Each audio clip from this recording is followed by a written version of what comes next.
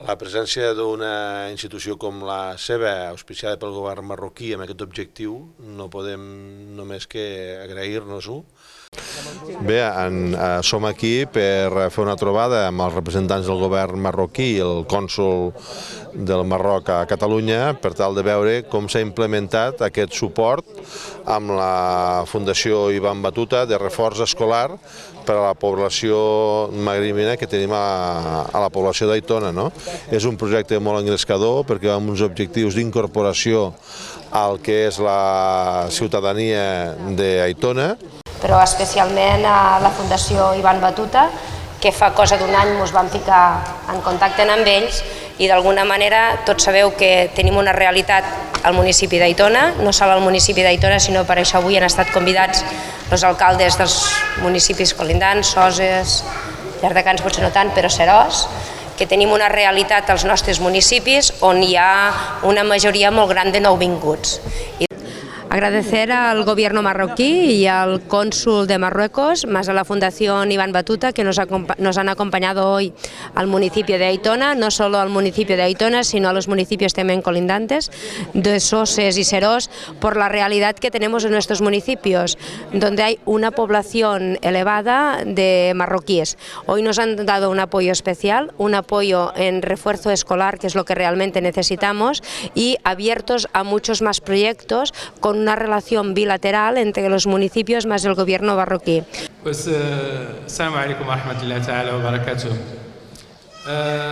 بحال اللي قلت حنا اليوم جينا هنايا، يعني جينا حنا كقنصلية عامة بحضور ديال القنصل العام شخصيا وديال المصلحة ديال الشؤون الاجتماعية وديال المصلحة اللي مكلفة بالجمعيات عندنا في القنصلية، الحضور ديال الممثل ديال الوزارة المنتدبة المكلفة بالمغاربه ديالنا اللي كاينين في الخارج، الحضور ديال مؤسسات ابن بطوطه، الحضور ديال السلطات اللي مكلفه هنايا بالتعليم في هذه المنطقه هذه، والحضور ديال مجموعه ديال العمدات ديال المدن ديال المناطق ديال ايتونا، ولكن حتى المناطق اللي محيطه بها نظرا لانه الوضعيه ديالهم تقريبا تتشابه كلها، الحضور ديال الناس ديال الثانويه اللي كاينه هنايا والمدرسه اللي كاينه هنايا في ايتونا، تيبين الاهميه ديال هذا اللقاء. علاش حنا كاينين هنايا؟ راه ماشي جينا غير باش نتشافوا ولا غير باش ندوزوا هذه المناسبه وصافي. انا متاكد بلي انه الحضور ديال هذا العدد الكبير ديال النساء المغربيات هنايا هو ممكن يشكل جواب على الانشغالات اللي كاينين هنايا في هذه المنطقه هذه. الجواب لأنه التربية هي الأساس باش يمكن لولادنا ولبناتنا أنهم يلقاو بلاصة ديالهم هنا تحت الشمس في هذه المنطقة هذه. الفرص كلها اللي كتتاح هنايا في اسبانيا بصفة عامة وفي كاتالونيا أو لا في الخارج، خاص ولادنا وبناتنا يستغلوها أكثر ما يمكن. المسألة ديال الجالية في المغرب فيها بزاف ديال الجهات اللي كتدخل، ولكن كلها يعني عندها الهدف. الهدف الاساسي ديالها هو انه نساعدوا هذه الجاليه ديالنا، اولا نخففوا عليها شويه ديال المشاكل اللي كتكون حتى تعانيهم واحد المجموعه ديال المواضيع، وثانيا نشجعوا الجاليه ديالنا ووليداتهم باش يبقاو مرتبطين بالبلاد ديالهم، وفي نفس الوقت يندمجوا في المجتمع اللي هما عايشين. فعلا كاين بين البرامج، كاين البرنامج ديال التعليم ديال اللغه العربيه والثقافه المغربيه. هذا البرنامج كان ديال الدوله المغربيه على اساس واحد الاتفاقيه اللي كاينه بيننا وبين اسبانيا، واللي كتطبق هذه واحد السنوات. لحد الان في اسبانيا عندنا تقريبا 80 معلمين رسميين، يعني خدمتهم هي التعليم ماشي شي خدمه اخرى، اللي تيخدموا في اسبانيا كلها واللي كتخلصوا الدوله المغربيه واللي تيخدموا في اطار ديال هذا الاتفاقيه. كبير النساء اللي حاضرين معنا هنايا، شكرا بارك الله فيكم. احنا هنا اليوم لانه ايتونا كتشكل واحد الظاهره خاصه. العدد ديال السكان ديالها ما تيتجاوزش 2500 نسمه، ولكن فيها واحد المكون اساسي اللي هو المكون مغربي، والمدرسه الوحيده اللي فيها اكثر من 70% ديال التلاميذ مغاربه. إذا بالنسبة لنا هذا هو التحدي، وهو أننا نحاول أنه هذوك المغاربة سواء التلاميذ ديالنا أو الآباء ديالهم أولا يشكلوا واحد النموذج ديال الاندماج الإيجابي، ديال الاندماج اللي تسمح لهم في نفس الوقت أنهم وليداتهم يساعدوهم يقراوا ويكون عندهم مستقبل، ولكن يندمجوا حتى هما في المجتمع اللي عايشين فيه ويكونوا عنصر إيجابي في هذا المجتمع هذا. يعني العاملة يعني لفائدة المغاربة المقيمين بالخارج، واللي هما بطبيعة الحال يعني الوحدات ديال التدخل القرب في المناطق اللي كيتواجدوا بها.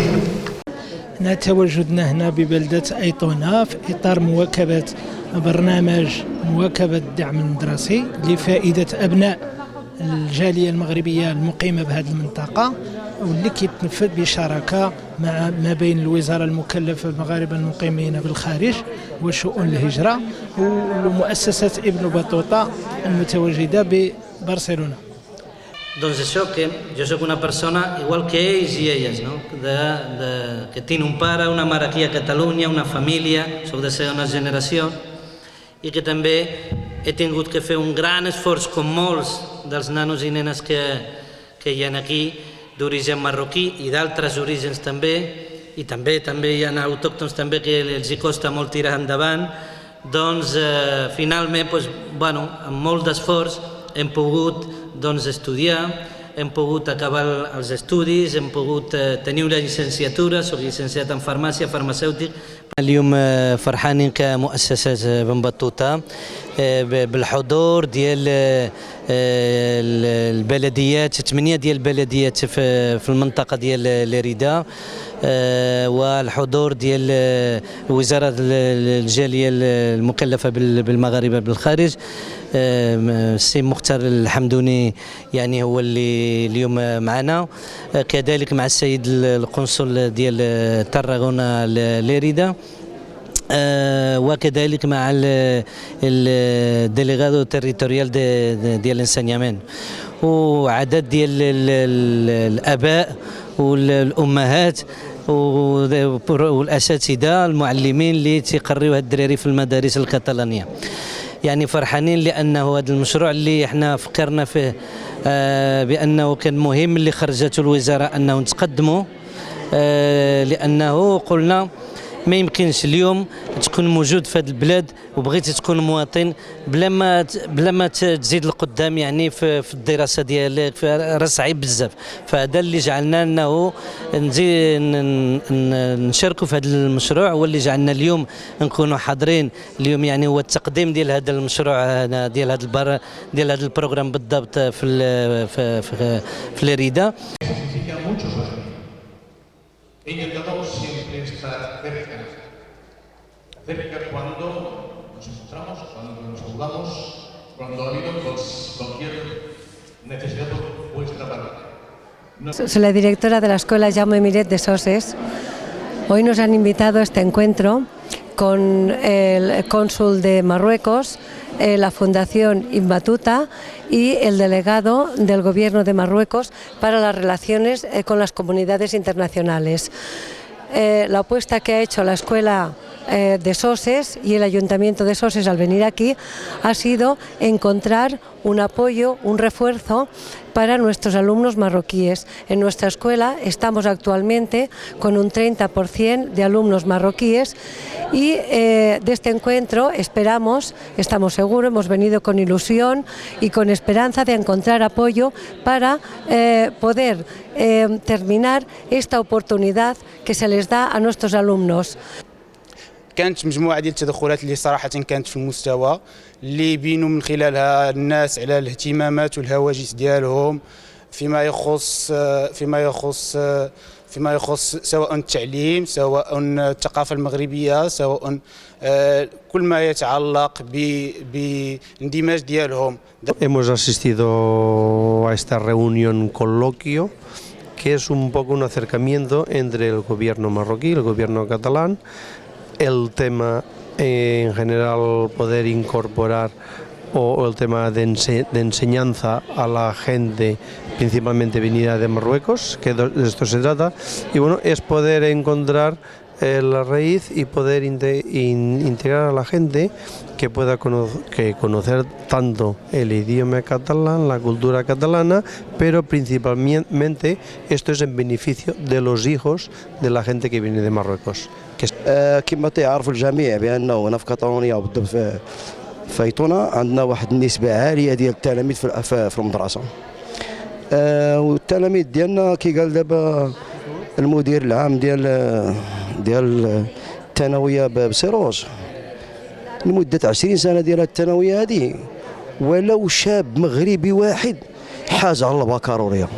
Sí, actualmente hay una buena parte de la comunidad que reside en los pueblos principalmente de Aitona, Soses y también Serós, que han llegado del Marruecos procedentes de zonas muy deprimidas y quizá hay un índice alto de analfabetismo en los padres y madres que se ven obligados a trabajar buena parte del día, muchas horas, y que por tanto no pueden dedicar la atención que se necesita hoy en día para que el éxito educativo de sus hijos sea el esperado.